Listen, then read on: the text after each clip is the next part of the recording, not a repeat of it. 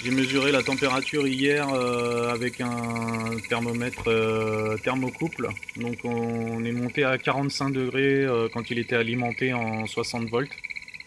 À vide, c'est déjà pas mal puisque en charge en 60 volts, à mon avis, ça doit vraiment beaucoup chauffer. C'est certainement pour ça que ça a fini par griller. Là, on est tombé à 40,8 et ça tourne encore. Donc là, s'il y avait un pack LiPo 4S, les éléments seraient foutus, hein. 40,2 volts, donc là on est aux alentours de 2,5 volts par élément pour un pack LiPo 16S.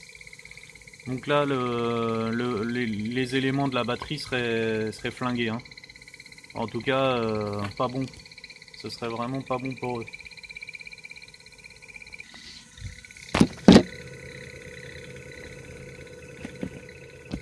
Bon, j'ai arrêté le test avant de bousiller complètement mes batteries.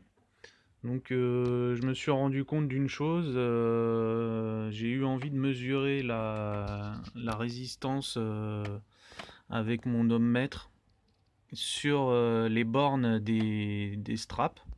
Donc j'ai enlevé tous les straps et j'ai testé à chaque fois entre les deux bornes pour voir ce que ça donnait.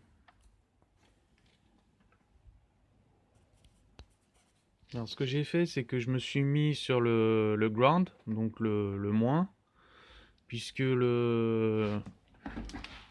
la piste moins générale qui est ici, bon, de toute façon le ground il est commun à tout le contrôleur, hein. Donc ici on a les petites fiches ground, j'ai vérifié, elles sont bien au même potentiel que celui-là. Et également ici sur les straps de tension, on est bien au ground de ce côté-là. Donc on va vérifier une nouvelle fois avec le testeur. Donc si je me teste ici, voilà, 0 ohm. Et là on a une valeur. Donc de ce côté-là, sur tous les straps, on est à 0 ohm. Ici, sur le strap 60 volts, on a 9,85 kOhm. Sur le 64, 7,95. Sur le 72, 5,92. Et sur le 80, 4,58.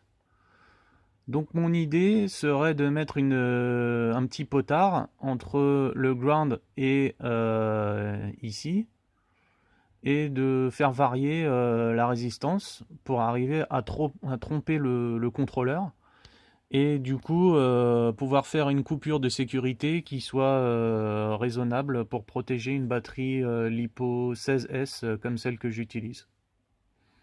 Donc il n'y a plus qu'à. J'ai bidouillé mon contrôleur pour pouvoir tromper le processeur.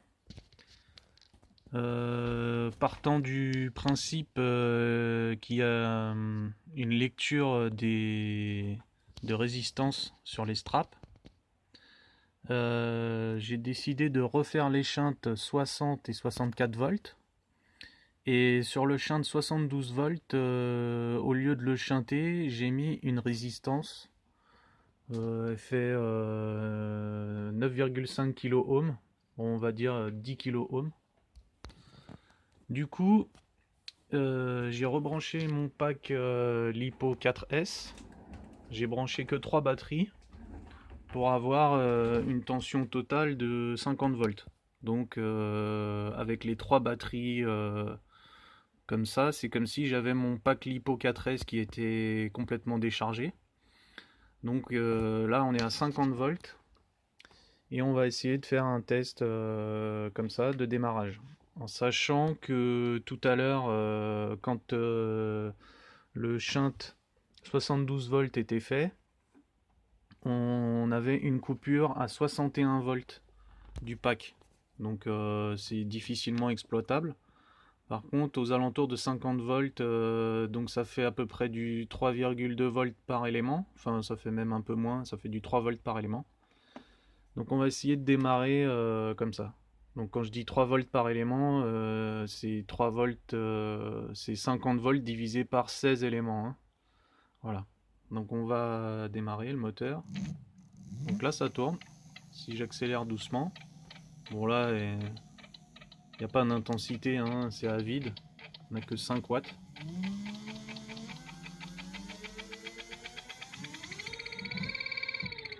Hop, 50 volts ça coupe. Donc là on est vraiment à 50 volts, j'étais vraiment à la limite. Donc là pour moi c'est parfait, c'est exactement ce que je cherchais, un contrôleur qui peut couper la tension d'alimentation du moteur quand on arrive aux alentours de 50 volts.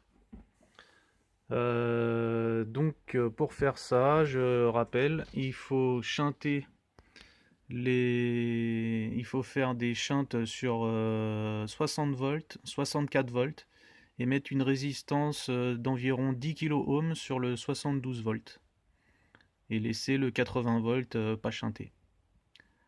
Voilà. Donc pour vous montrer que ça tourne avec 65 volts de cette façon, j'ai rebranché mes 4 batteries. On remet le jus, on accélère, le moteur démarre.